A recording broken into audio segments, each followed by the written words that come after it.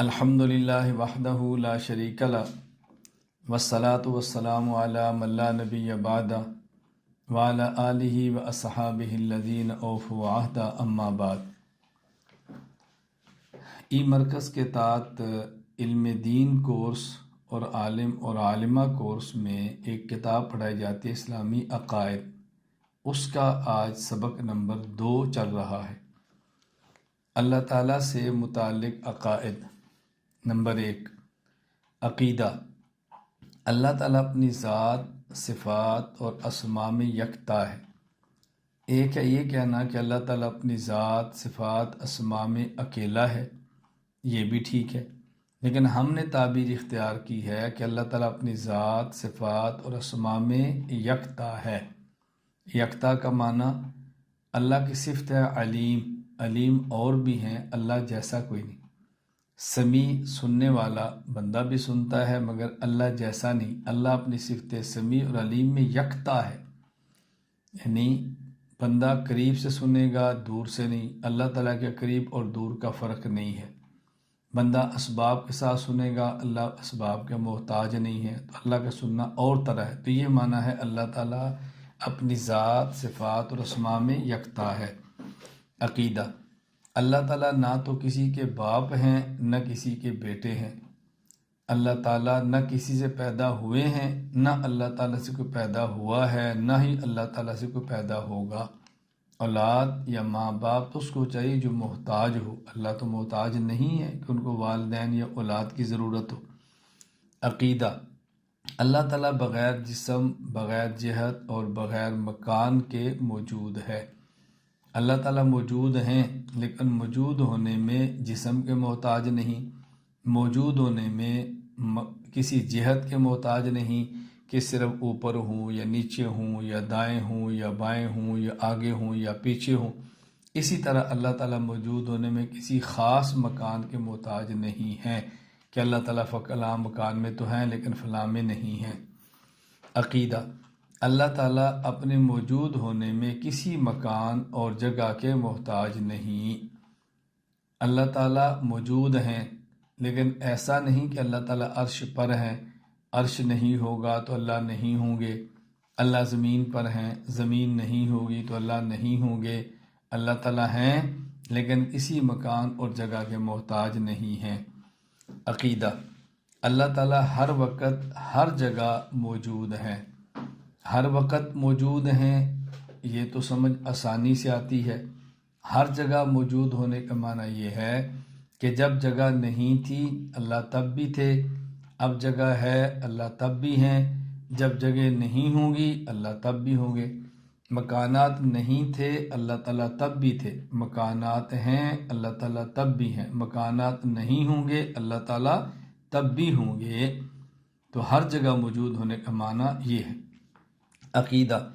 اللہ تعالیٰ جہات ستہ، فوق یعنی اوپر، تحت یعنی نیچے، یمین یعنی دائیں، شمال یعنی بائیں، قدام یعنی آگے، خلف یعنی پیچھے کو محیط ہے۔ جہات، جہت کی جمع ہے، ستہ 6 کو کہتے ہیں، تو یہ جہات اور اطراف 7 ہیں۔ جہت کہتے ہیں طرف کو، آگے پیچھے، دائیں بائیں، اوپر اور نیچے۔ اللہ تعالیٰ تمام جہات کو محیط ہیں، یعنی کوئی بھی ایسی جگہ نہیں جو اللہ تعالیٰ کے احاطے میں نہ ہو اور اللہ تعالیٰ کی دسترس سے باہر ہو۔ عقیدہ۔ اللہ تعالیٰ موجود ہونے میں جسم کے محتاج نہیں۔ جسم وہ ہوتا ہے جو 2 یا 2 سے زائد مل کر بنے، اور 2 یا 2 سے زائد سے مل کر وہ بنتا ہے جو پہلے سے نہ ہو۔ اللہ تعالیٰ تو ہمیشہ سے ہیں، اس لیے اللہ تعالیٰ 2 چیزوں سے مل کر نہیں بنے، تو 2 چیزوں سے مل کر جو بنے وہ جسم ہوتا ہے۔ تو اللہ تعالیٰ تو ایسا ہے ہی نہیں، قدیم ہے، ہمیشہ سے ہے، اس لیے اللہ تعالیٰ جسم کے محتاج نہیں ہیں۔ عقیدہ۔ اللہ تعالیٰ جسم اور جسم کے اعضاء سے پاک ہیں۔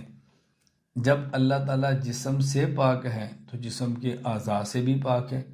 اعضاء جمع عضون کی، اور جب عضو ہی نہیں ہے، عضون کا معنی ہوتا ہے حصہ، تو جب اعضاء ہوں گے تو اس کا معنی اللہ کے کئی آپ اجزاء بنائیں گے، حصے بنائیں گے، تقسیم کریں گے، تو اللہ تو تقسیم نہیں ہونے والی چیز، اس لیے اللہ تعالیٰ جسم اور جسم کے اعضاء سے پاک ہیں۔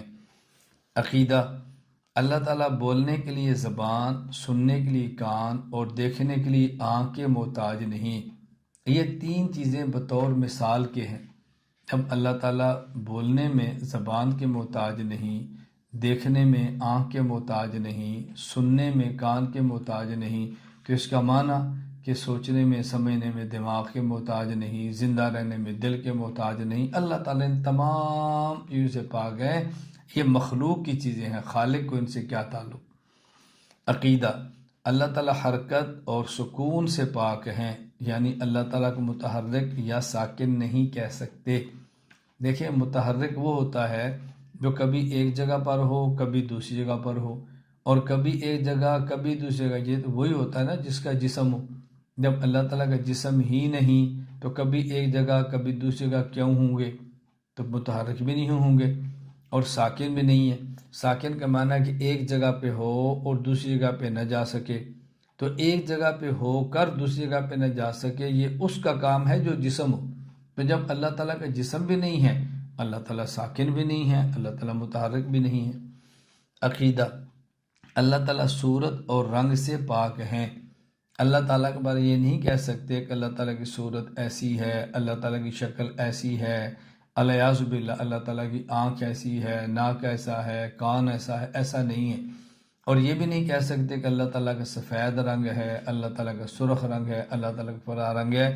یہ صورتیں اور رنگیں یہ جسموں کی ہوتی ہیں۔ جب اللہ تعالیٰ صورت اور رنگ سے، اللہ تعالیٰ جسم سے پاک ہے، تو صورت اور شکل اور رنگ سے بھی پاک ہے۔ اللہ تعالیٰ کیفیات سے پاک ہے۔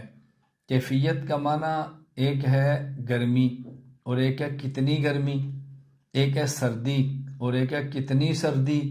یہ کتنی سردی یہ کیفیت ہے۔ ایک ہوتا ہے پیٹرول اور ایک ہوتا ہے کیسا پیٹرول، صاف ہے یا گندا ہے۔ تو یہ کیفیات ان چیزوں کی ہوتی ہیں جن کا جسم ہو، جن کا جسم نہ ہو ان کی کیفیت نہیں ہوتی۔ اس لیے اللہ تعالیٰ کیفیات سے پاک ہیں، کیونکہ اللہ تعالیٰ جسم سے پاک ہیں۔ عقیدہ، اللہ تعالیٰ کسی کے محتاج نہیں، اور کائنات کا ہر ذرہ اللہ تعالیٰ کا محتاج ہے۔ جو محتاج ہوگا وہ خدا نہیں بن سکتا، اور جو خدا ہوگا وہ محتاج نہیں ہو سکتا۔ پوری دنیا نے تو حاجت اس سے مانگنی ہے جو خدا ہے۔ جب وہ خود کسی کا محتاج ہوگا تو اسے حاجات کون مانگے گا؟ اس لیے اللہ تعالیٰ دنیا میں کسی کے محتاج نہیں۔ عقیدہ، اللہ تعالیٰ سارے جہان کے خالق اور مالک ہیں۔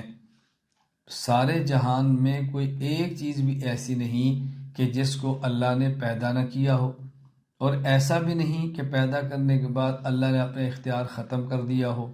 اللہ خالق بھی ہیں اور مالک بھی ہیں۔ دنیا میں کمپنیاں اپنی چیزیں بناتی ہیں اور ان چیزوں کی مالک ہوتی ہیں، لیکن جب چیزیں بیچ دیتی ہیں تو پھر ان کا ملک ان کی ختم ہو جاتی ہے۔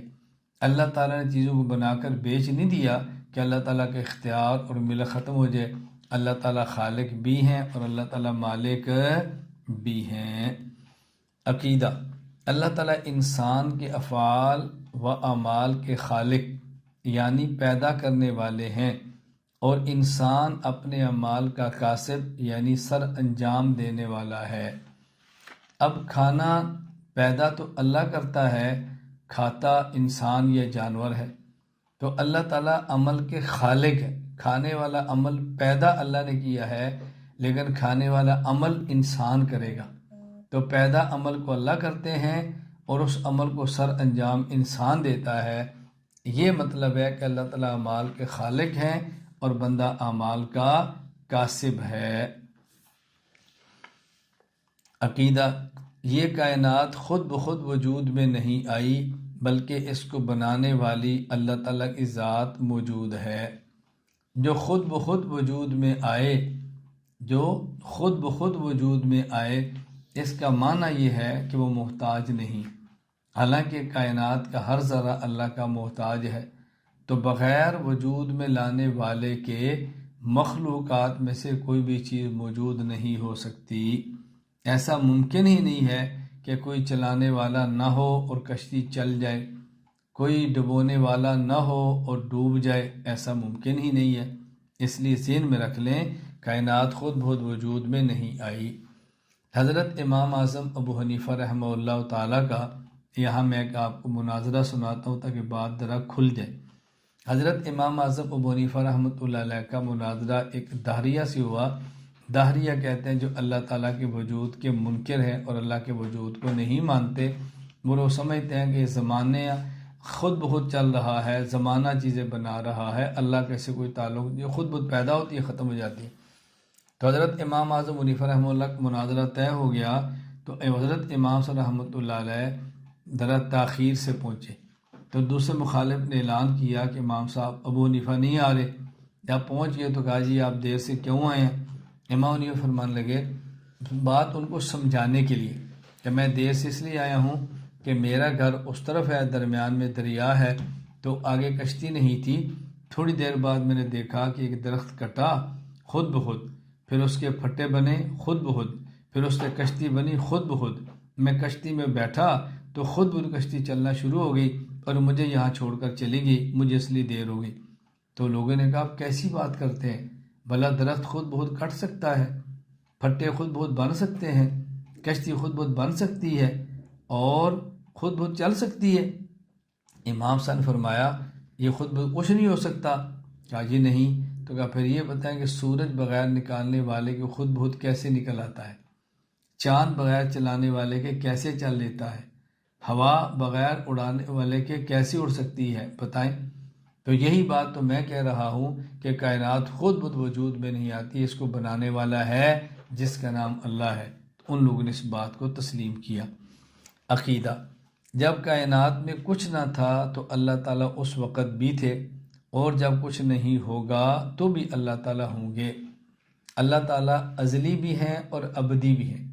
ازلی کا معنی اللہ تعالیٰ ہمیشہ سے ہے، اور ابدی کا معنی اللہ تعالیٰ ہمیشہ رہیں گے۔ جب کائنات میں کچھ نہ تھا تو اللہ تعالیٰ اس وقت بھی تھے، یہ مطلب ہے اس کا کہ اللہ تعالیٰ ازلی ہے، اور جب کچھ نہیں ہوگا تو بھی اللہ تعالیٰ ہوں گے، یہ ہے اس کا مطلب کہ اللہ تعالیٰ ابدی ہے۔ عقیدہ: اللہ تعالیٰ ہر چیز پر قادر ہیں، اللہ تعالیٰ کے ارادے میں کوئی چیز رکاوٹ نہیں بن سکتی۔ اللہ تعالیٰ قدرت والے ہیں، جو چاہیں وہ کر سکتے ہیں۔ جب قادر ہیں تو اس کا معنی ان کے راستے میں کوئی چیز رکاوٹ بن ہی نہیں سکتی۔ اگر کوئی چیز رکاوٹ بن جائے گی تو پھر قدرت کیسی ہوئی، پھر قادر کیسا ہوا؟ پھر تو قادر نہ ہوا نا۔ تو اللہ تعالیٰ کے قادر ہونے کا مطلب یہ ہے کہ اللہ تعالیٰ کے راستے میں کوئی چیز رکاوٹ نہیں۔ یہاں مجھے ایک واقعہ یاد آیا کہ ایک مناظرہ تھا عیسائی پادری کا، اور مناظرہ ایک طالب علم سے تھا۔ بات چلتی رہی اور کافی بات لمبی ہو گئی، نتیجہ نکلا وہ عیسائی پادری طالب علم سے قابو نہیں آ رہا تھا۔ تو ایک ان پڑھ بابا جی تھے، وہ فرمانے لگے کہ مجھے موقع دو، اس سے میں بات کرتا ہوں۔ تو لوگوں نے کہا کہ بابا جی یہ اتنے پڑھے لکھے آدمی سے قابو نہیں آ رہا تو آپ کیسے قابو کریں گے؟ کہا نہیں مجھے موقع دو، میں بات کرتا ہوں۔ جب بابا جی نے بات کی تو عیسائی پادری سے پوچھا کہ اچھا پادری صاحب یہ بتائیں کہ اللہ تعالیٰ کی عمر کتنی ہے؟ اس نے کہا جی وہ تو ہمیشہ سے ہیں۔ اچھا یہ بتائیں کہ اللہ تعالیٰ کی طاقت کتنی ہے؟ اس نے کہا جی وہ تو علی کل شیء قدیر ہے۔ اچھا یہ بتائیں کہ اللہ تعالیٰ کے بچے کتنے ہیں؟ کہا جی ایک۔ کہا اس کا نام کیا ہے؟ کہا حضرت عیسیٰ علیہ السلام۔ مناظرہ اس پہ تھا کہ عیسائی کہتا تھا عیسیٰ علیہ السلام اللہ کے بیٹے ہیں، اور مسلمان کہتے کہ اللہ کے بیٹے اللہ کی کوئی اولاد ہی نہیں ہے۔ بابا جی نے فرمایا کہ مجھے ایک بات سمجھ نہیں آ رہی، اللہ تعالیٰ کی عمر کھربوں سال سے زیادہ، اور طاقت دنیا میں سب سے زیادہ، اور بیٹا صرف ایک، تو پھر آپ ایسا کرو کہ مجھے خدا مان لو، میری عمر 60 سال ہے اور میرے بیٹے 10 ہیں۔ یہ کیسا خدا ہے طاقتور ہونے کے باوجود بھی ایک ہی بیٹا پیدا کر سکا؟ تو پھر مجھے خدا مان لو۔ اب اس کا وہ عیسائی پادری کے پاس جواب موجود نہیں تھا۔ عقیدہ: اللہ تعالیٰ کی ہر بات سچی ہے، اللہ تعالیٰ سچ بولتے ہیں، اور اللہ تعالیٰ سے سچ ہی ممکن ہے۔ اللہ تعالیٰ نہ جھوٹ بولتے ہیں، نہ ہی اللہ تعالیٰ کبھی جھوٹ بولیں گے۔ نہ ہی جھوٹ بولتے ہیں نہ ہی جھوٹ بولیں گے۔ اللہ تعالیٰ تو صادق ہیں اور سچی بات ہی کرتے ہیں۔ اللہ تعالیٰ تو صداقت اور صدق کے خالق ہیں۔ قرآن کہتا ہے کہ اللہ سے زیادہ سچا کوئی نہیں۔ اگر کسی کا یہ عقیدہ ہو کہ اللہ تعالیٰ جھوٹ بولتے ہیں یا اللہ تعالیٰ جھوٹ بولیں گے، وہ انسان مسلمان نہیں رہتا۔ عقیدہ: جس طرح اللہ تعالیٰ کی ذات مخلوق کی پیدائش سے پہلے موجود تھی، اسی طرح اللہ تعالیٰ کی صفات بھی مخلوق کی پیدائش سے پہلے موجود تھیں۔ اللہ تعالیٰ جب سے ہیں ہمیشہ سے ہیں۔ اللہ تعالیٰ خالق بھی ہمیشہ سے۔ تو جب اللہ کی ذات ہمیشہ سے ہے تو اللہ کی صفت بھی ہمیشہ سے ہے۔ دو چیزوں میں فرق سمجھنا، ایک ہوتا ہے کسی چیز کا وجود اور ایک ہوتا ہے کسی چیز کا ظہور۔ وجود ہونا اور ہے اور ظہور ظاہر ہونا اور ہے۔ اللہ تعالیٰ کی ذات کی طرح اللہ تعالیٰ کی صفات بھی ازلی ہمیشہ سے ہیں، لیکن صفت کا ظہور ہمیشہ سے نہیں ہوتا۔ جب ضرورت ہوتی ہے تو صفت کا ظہور ہو جاتا ہے۔ اللہ تعالیٰ خالق تو ہمیشہ سے ہے، لیکن صفت خلق کا ظہور کب ہوتا ہے؟ جب کسی بندے کو پیدا کرنا ہے، جب کسی درخت کو پیدا کرنا ہے، جب کسی جانور کو پیدا کرنا ہے، اب صفت خلق کا ظہور ہوا ہے۔ تو صفت خلق کا وجود ہمیشہ سے ہے اور ظہور بوقت ضرورت ہوتا ہے۔ تو موجود ہونا اور ہے اور ظاہر ہونا اور ہے۔ یہ بہت اچھی طرح بات سمجھیں۔ میں کس درد کے ساتھ بات آپ کو سمجھاؤں اور میں کس طرح بات سمجھاؤں کہ آپ کے دماغ میں بات اتر جائے۔ قرآن کریم میں ہے لیس کمثلہ شیء، کوئی چیز اللہ تعالیٰ کی مثل نہیں۔ لیکن میں کس درد سے بات کہوں کہ بسا اوقات بات سمجھانے کے لیے مثال دینی پڑتی ہے۔ اگر مثال نہ دے تو بات سمجھ آ ہی نہیں سکتی۔ اللہ نے قرآن کریم میں مثال دی ہے، اللہ نور السماوات والارض مثل نورہ کمشکات فیہا مصباح المصباح فی زجاجہ۔ اللہ تعالیٰ نے بھی مثال دی ہے، حالانکہ اللہ کا نور بے مثال ہے، لیکن سمجھانے کے لیے مثال دی ہے۔ میں سمجھانے کے لیے مثال دیتا ہوں کہ جس طرح ایک شخص قرآن کا قاری ہے اور وہ خاموش بیٹھا ہوا ہے لیکن ہے قاری۔ ہم کہتے ہیں قرآن پڑھو، وہ قرآن پڑھنا شروع کر دیتا ہے۔ اب ہمیں پتہ چلا کہ قاری تھا۔ تو جب وہ خاموش بیٹھا تھا قاری تب بھی تھا، اور جب اس نے قرآن پڑھنا شروع کیا قاری اب بھی ہے۔ فرق یہ ہے کہ جب خاموش تھا اس قاری کے اندر صفت قرات موجود تھی، اور جب قرآن پڑھنا شروع کیا اب اس قاری صاحب کی صفت قرات کا ظہور ہوا ہے۔ تو صفت کا موجود ہونا اور ہے، ظہور ہونا اور ہے۔ تو جس طرح یہ قاری صاحب قرآن پڑھنے سے پہلے بھی قاری تھے، لیکن صفت قرات کا ظہور تب ہوا جب پڑھنا شروع کیا، اسی طرح اللہ تعالیٰ اس مخلوق کے پیدا ہونے سے پہلے بھی خالق تھے، لیکن صفت خلق کا ظہور تب ہوا جب مخلوق کو پیدا فرمایا۔ عقیدہ: جس طرح اللہ تعالیٰ کی ذات مخلوق کے فنا ہونے کے بعد رہے گی، اسی طرح اللہ تعالیٰ کی صفات بھی مخلوق کے فنا ہونے کے بعد باقی رہیں گی۔ جب مخلوق نہیں تھی اللہ تب بھی خالق تھے، اور جب مخلوقات فنا ہو جائیں گی اللہ تب بھی خالق ہوں گے۔ میں پھر وہی بات سمجھانے کے لیے کہتا ہوں کہ قاری صاحب نے قرآن پڑھنا شروع نہیں کیا تب بھی قاری ہیں، اور جب قرآن پڑھنا شروع کر دیا تب بھی قاری ہیں، اور اس کے بعد قرآن پڑھنا ختم کر دیں تو تب بھی قاری ہیں۔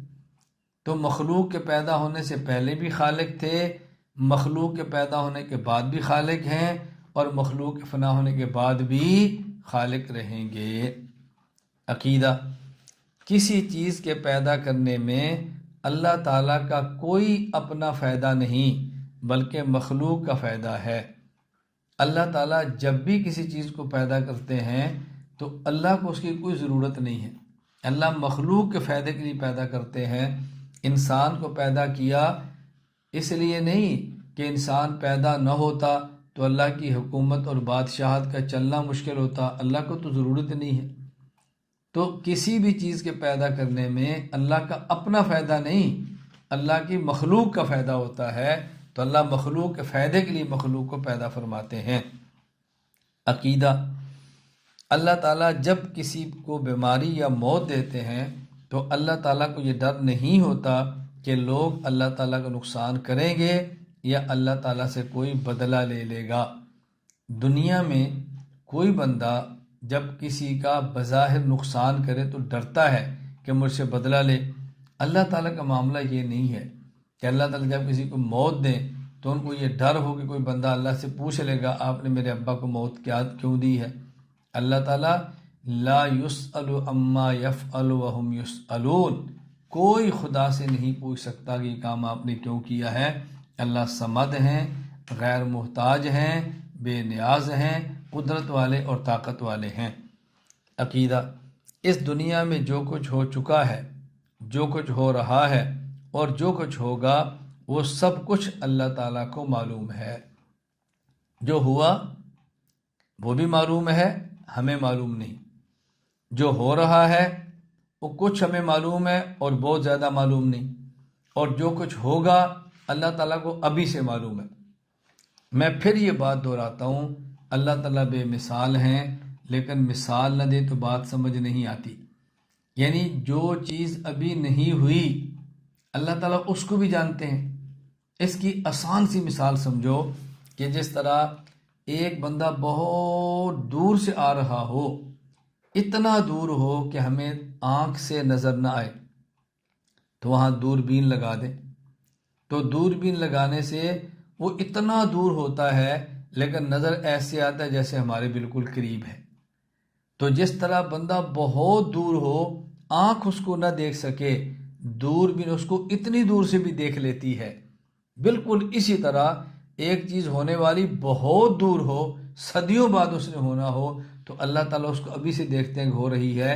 جس طرح کوئی بہت دور ہو اور ہمیں آنکھ سے نظر نہ آئے اور دوربین دکھا دیتی ہے کہ وہ چیز کیا ہو رہی ہے۔ دیکھیں نا، آسمانوں کے قریب کتنی چیزیں آپ اوپر دیکھیں ذرا، سینکڑوں کلومیٹر دور ہوتی ہیں اور آپ آلے سے دیکھ لیتے ہیں نا، آنکھ سے نہیں دیکھ سکتے۔ تو اللہ تعالیٰ تو آلات کے محتاج نہیں ہے، اللہ تعالیٰ اتنی دور سے اس طرح دیکھ لیتے ہیں اور اللہ تعالیٰ کو معلوم بھی ہوتا ہے۔ عقیدہ: جو چیزیں ہمیں نظر آتی ہیں اللہ تعالیٰ وہ بھی جانتے ہیں، اور جو ہماری آنکھوں سے پوشیدہ ہیں اللہ تعالیٰ کو وہ بھی معلوم ہے۔ کچھ چیزیں ہمیں نظر آ رہی ہیں اور زیادہ چیزیں ہمیں نظر نہیں آ رہی، اور اللہ تعالیٰ سب چیزیں جانتے ہیں۔ کوئی چیز بھی اللہ تعالیٰ سے پوشیدہ نہیں، کوئی چیز ایسی نہیں کہ جو اللہ تعالیٰ کو نظر نہ آ رہی ہو۔ میں پھر سمجھانے کے لیے مثال دیتا ہوں، اس کو تو سمجھانے کی بھی ضرورت نہیں ہے کہ بڑے آرام سے بات سمجھ آ رہی ہے۔ میں ایک یہاں کمرے کے اندر بیٹھا ہوں اور کمرے سے باہر کیا ہے مجھے سمجھ نہیں آ رہا، لیکن اگر میں کیمرہ لگا لوں تو ساتھ والے کمرے میں کیا ہو رہا ہے میں یہاں بیٹھ کر دیکھ رہا ہوں۔ تو اگر میرے دیوار کے پیچھے جو چیز موجود ہے وہ مجھے کیمرے سے نظر آ سکتی ہے، تو اللہ کی ذات جو ہر جگہ موجود ہے، اللہ تو یہاں بھی ہے وہاں بھی ہے، تو اللہ کو تو معلوم ہے نا وہاں کیا ہو رہا ہے۔ اللہ کے لیے تو ہر چیز ایسے ہے جیسے ہمارے سامنے ہے۔ اللہ تو موجود بلا جسم، بلا جہت، بلا مکان اور ہر جگہ ہے۔ عقیدہ: اس کائنات کے ذرے ذرے پر اللہ تعالیٰ کو مکمل اختیار حاصل ہے۔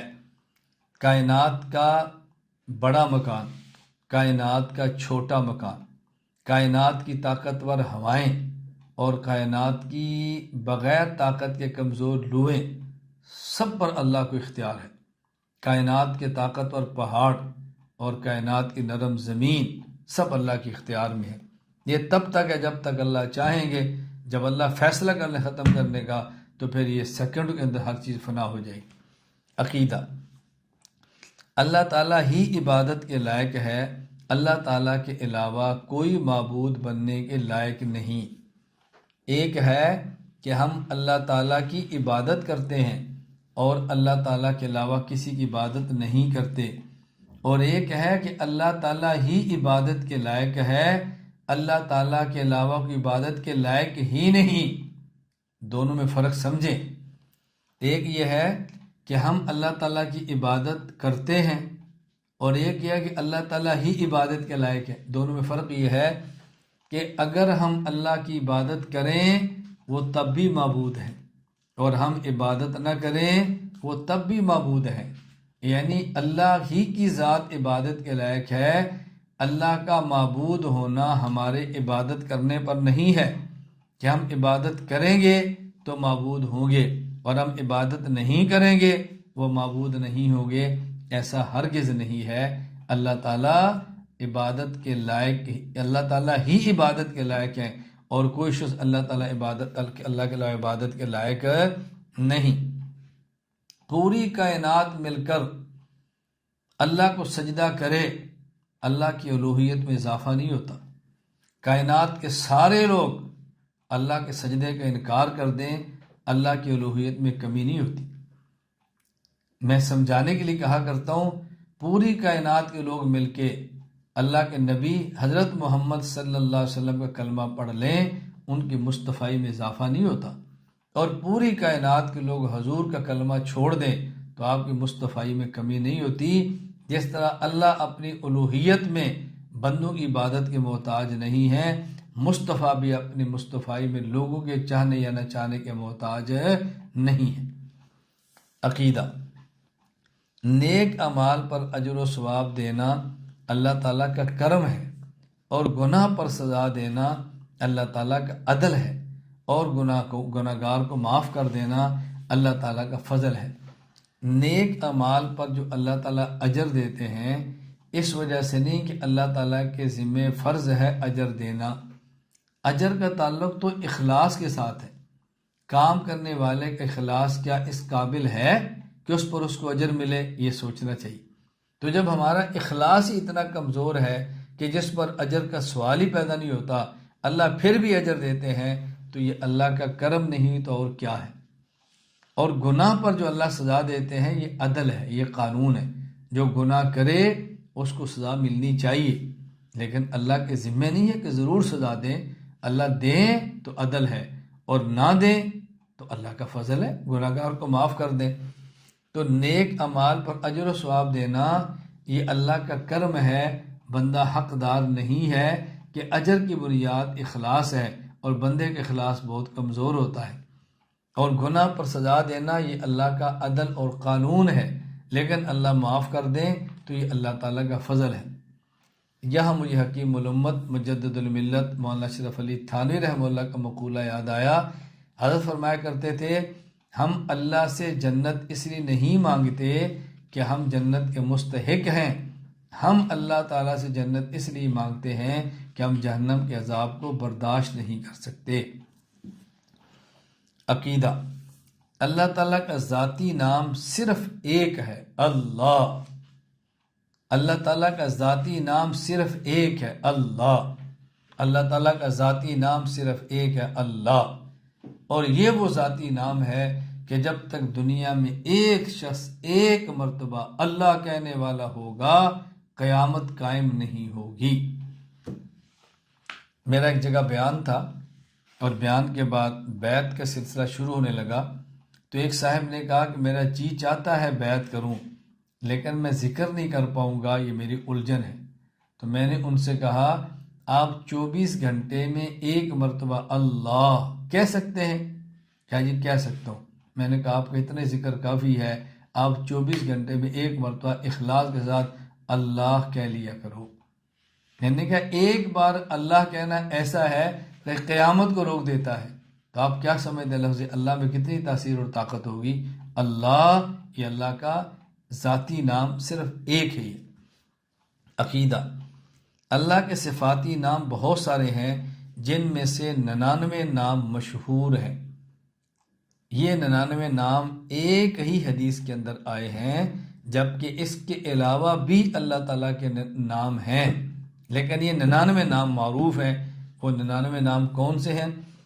هو اللہ الذی لا الہ الا هو الرحمن الرحیم الملک القدوس السلام المؤمن المہیمن العزیز الجبار المتکبر الخالق البارئ المصور الغفار القہار الوہاب الرزاق الفتاح العلیم القابض الباسط الخافض الرافع المعز المذل السمیع البصیر الحکم العدل اللطیف الخبیر الحلیم العظیم الغفور الشکور العلی الکبیر الحفیظ المقیت الحسیب الجلیل الکریم الرقیب المجیب الواسع الحکیم الودود المجید الباعث الشہید الحق الوکیل القوی المتین الولی الحمید المحصی المبدئ المعید المحیی الممیت الحی القیوم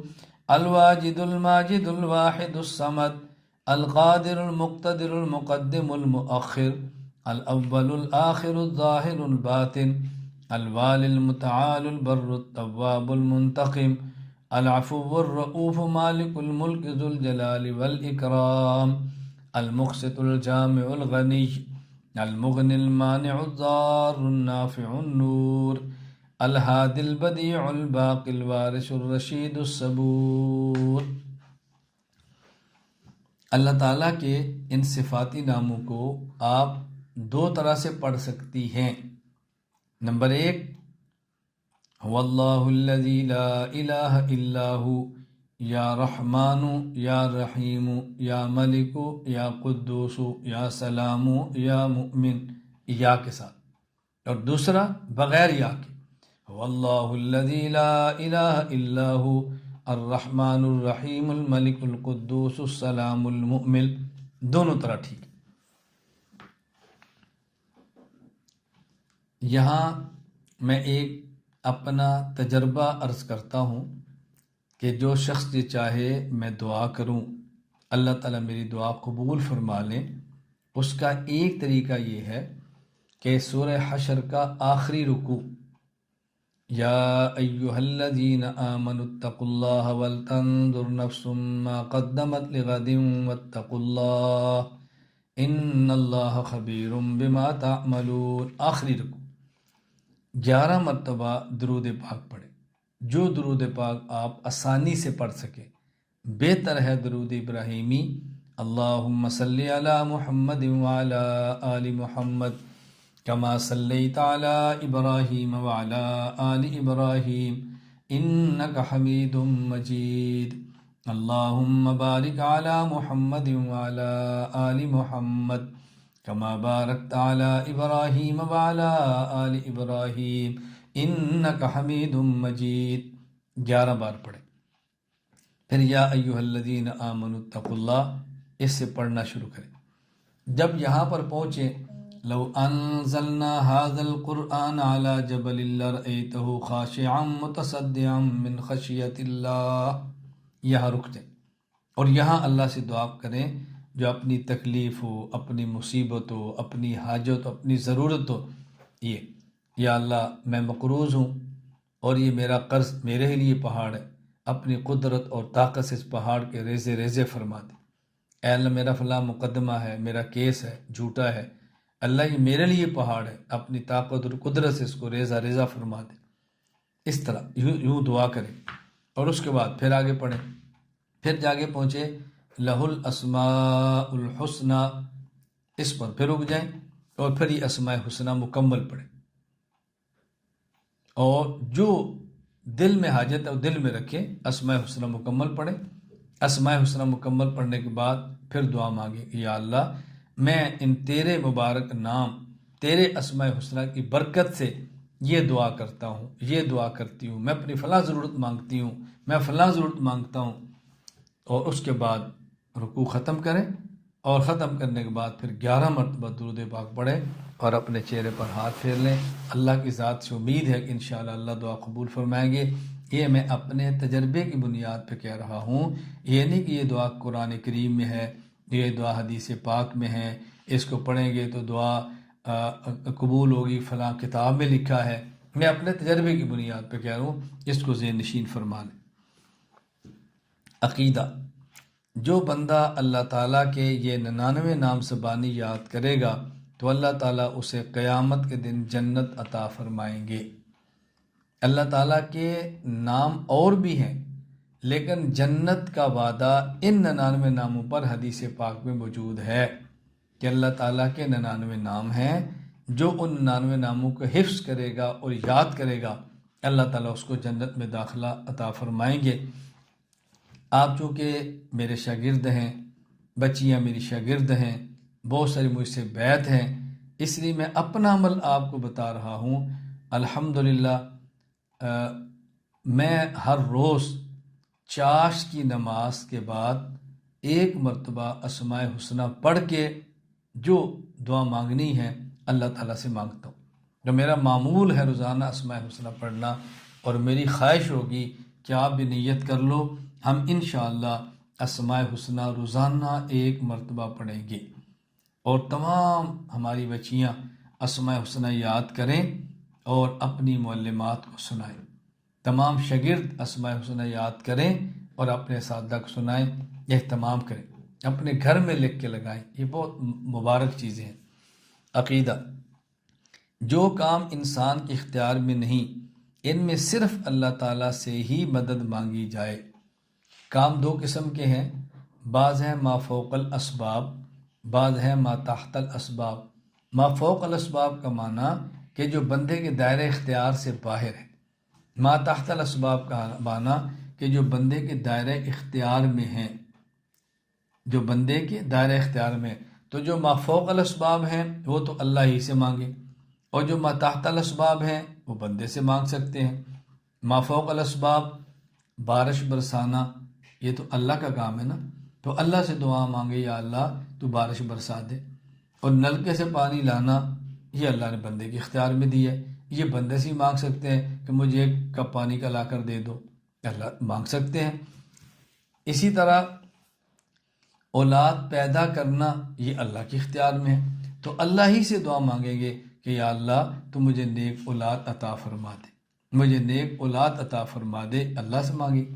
اور اولاد کے لیے بازار سے چیزیں لانا، جوتی کپڑا، یہ بندے کے اختیار میں ہے۔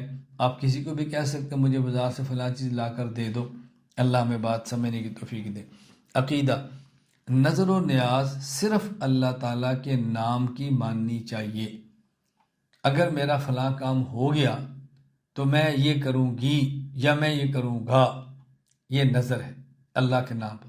اور نیاز چڑھاوا، صدقہ، خیرات، یہ اللہ کے نام پہ ہونی چاہیے۔ نظر، منت، یہ بھی اللہ کے نام پہ، اور نیاز، چڑھاوا اور صدقہ یہ بھی اللہ کے نام پر۔ میں بڑی تاکید سے گزارش کروں گا کہ مانگنے والوں کے اوپر غور کیا کرے۔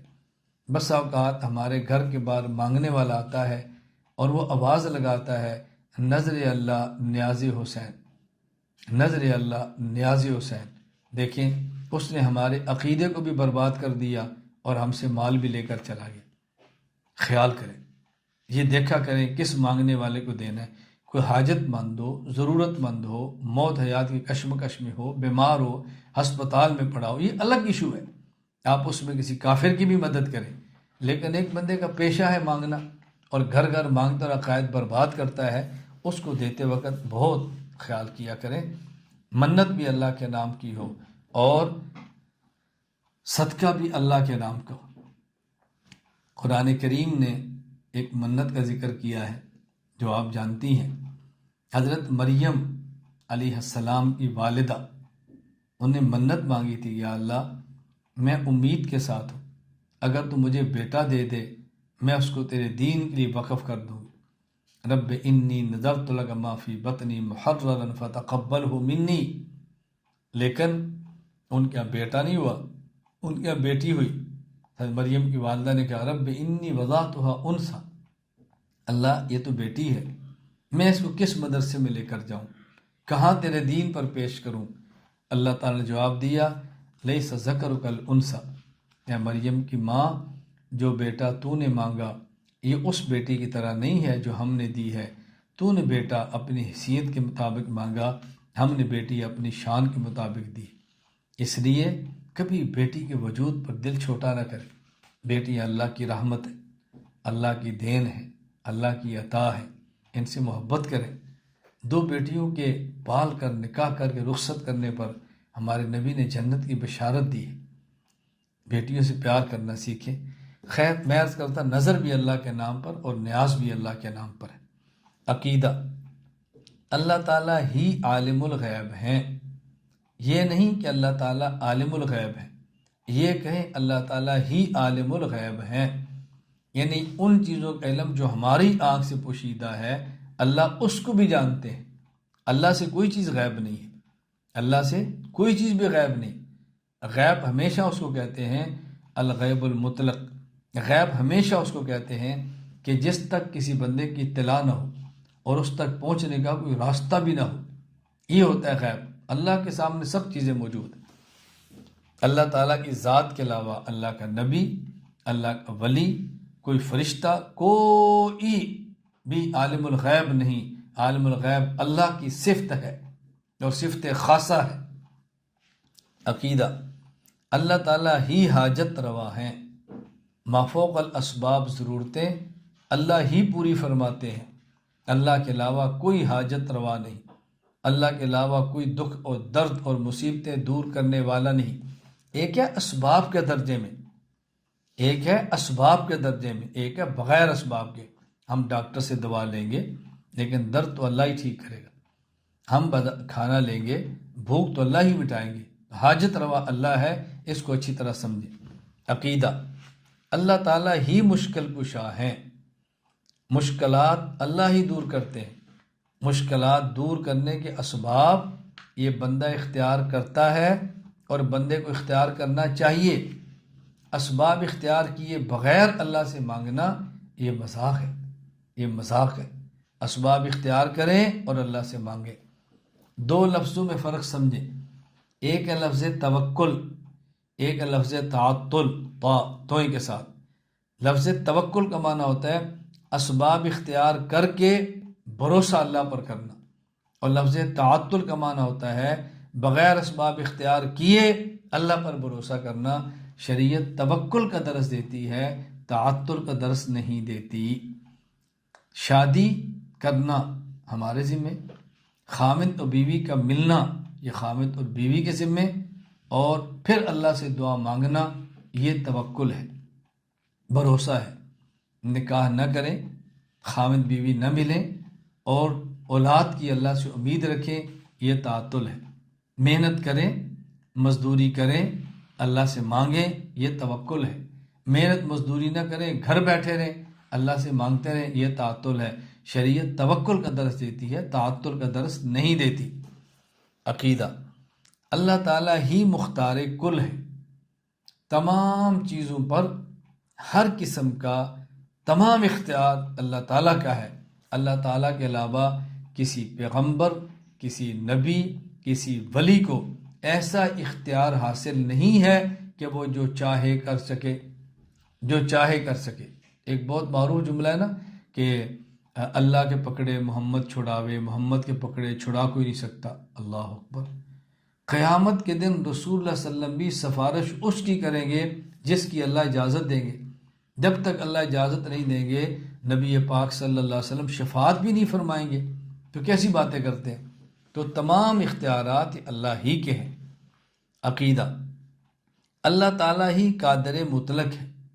ایک ہے قادر، ایک ہے قادر مطلق۔ قادر کا معنی کہ ہر بندے کو اپنے ماتحت پر کچھ قدرت حاصل ہے۔ مثلا مجھے اللہ نے اتنی قدرت دی ہے کہ میرا موبائل ہے، میں کسی کو دے دوں، میں اس کو توڑ دوں، میں اس کو استعمال کروں، اس کو نہ کروں، یہ میں قادر ہوں۔ اور اللہ قادر مطلق ہے، اللہ چاہے تو میرا ہاتھ ہونے کے باوجود اس کو کام نہ کرنے دے، یہ ہے قادر مطلق۔ اللہ چاہے تو میرا موبائل ہونے کے باوجود اس کو کام نہ کرنے دے، یہ ہے قادر مطلق۔ کھانا ہونے کے باوجود نہ کھا سکیں، یہ اللہ قادر مطلق ہے۔ تو ہماری قدرت اور طاقت ایک محدود ہے، دائرہ بہت مختصر ہے، اور خدا کی طاقت اور قدرت غیر محدود ہے، غیر محدود ہے۔ اللہ قادر مطلق ہے۔ عقیدہ، اللہ تعالیٰ کو خدا کہنا بھی جائز ہے، جس طرح اللہ تعالیٰ کو رحمان بھی کہہ سکتے ہیں، مہربان بھی کہہ سکتے ہیں، اسی طرح اللہ تعالیٰ کو مالک بھی کہہ سکتے ہیں، اللہ تعالیٰ کو خدا بھی کہہ سکتے ہیں۔ جس طرح رحمان کا ترجمہ مہربان ہے، اسی طرح مالک کا ترجمہ خدا ہے۔ تو رحمان کا ترجمہ مہربان ہر تفسیر میں موجود ہے، تو مالک کا ترجمہ خدا یہ بھی تفاسیر میں موجود ہے۔ میرا مستقل اس پر مقالہ بھی ہے، فائل بھی ہے، ویڈیو بیان بھی ہے، دلائل بھی ہیں، اور جو اللہ کو خدا کہنا جائز نہیں سمجھتے ان کے دلائل کے جواب بھی ہیں۔ اللہ کو خدا کہنا ضروری نہیں ہے، لیکن خدا کہہ سکتے ہیں۔ مجھے اس پر ایک مختصر سا واقعہ یاد آیا کہ غیر مقلد ایک عالم گزرے ہیں، محمد جونا گڑی۔ ان کا ایک ترجمہ ہے قرآن کریم کا، اور اس ترجمہ قرآن کریم پر ایک غیر مقلد نے حاشیہ لکھا ہے، اور یہ اصل البیان سے چھپ رہا ہے اور تقسیم ہو رہا ہے۔ تو اس حاشیہ لکھنے والے نے، تفسیر لکھنے والے نے شروع میں مقدمے میں لکھا ہے کہ اس پورے ترجمہ میں جہاں جہاں پہ لفظ خدا لکھا تھا ہم نے اس کو کاٹ دیا ہے، اللہ لکھ دیا ہے۔ کیوں؟ اس لیے کہ خدا کہنے میں شرک کی بو آتی ہے، تو ہم نے ہر جگہ پر خدا کاٹ کے لکھ دی ہے اللہ۔ تو ان کے دلائل ہے کہ شرک کی بو کیوں آتی ہے، خدا کی جمع خدایان آتی ہے، اللہ تو ایک ہے، جمع ہو ہی نہیں سکتے۔ حالانکہ میں نے اس پہ دلائل دیے ہیں، رحیم کی جمع رحمہ آتی ہے، رب کی جمع ارباب آتی ہے، اللہ کو رب اور رحیم بھی نہ کھو، وہ دلائل اپنی جگہ پر۔ تو خیر، میں نے اس کا پوری تفسیر پر میرا ایک ویڈیو بیان موجود ہے۔ تو میں نے کہا کہ آپ نے جو اس مفسر کا ترجمہ تھا اس کو آپ نے شرکیہ سے نکال کر توحیدی ترجمہ بنا دیا، کہ جہاں خدا لکھا تھا شرک کی بو آ رہی تھی، آپ نے اللہ لکھا تو شرک کی بو ختم ہو گئی اور توحید کی خوشبو شروع ہو گئی۔ لیکن یہ جو مصنف تھا خدا لکھ کے مر گیا، اس مشرک کی مغفرت کون کرائے گا؟ آپ نے خدا کو اللہ لے کے تفسیر کو تو توحیدی بنا دیا، اور جو مفسر خدا خدا لکھتا دنیا سے مر گیا، اب اس مشرک کی مغفرت کون کرائے گا؟ اور مجھے یہ بتاؤ، اگر آپ نے تفسیر چھاپنی ہے، دنیا کو دینی ہے، تو پھر آپ کسی موحد کی تفسیر دے دو، مشرک کی تفسیر کو توحیدی بنا کر کیوں تقسیم کرتے ہو؟ اب بتائیں نا کس قدر انہونی سی باتیں لوگ کرتے ہیں۔ اللہ تعالیٰ مجھے اور آپ سب کو عقائد پڑھنے کی، سمجھنے کی، اخلاص، اعتدال اور دلائل کے ساتھ دنیا میں عام کرنے کی توفیق عطا فرمائے۔ وآخر دعوانا ان الحمد للہ رب العالمین۔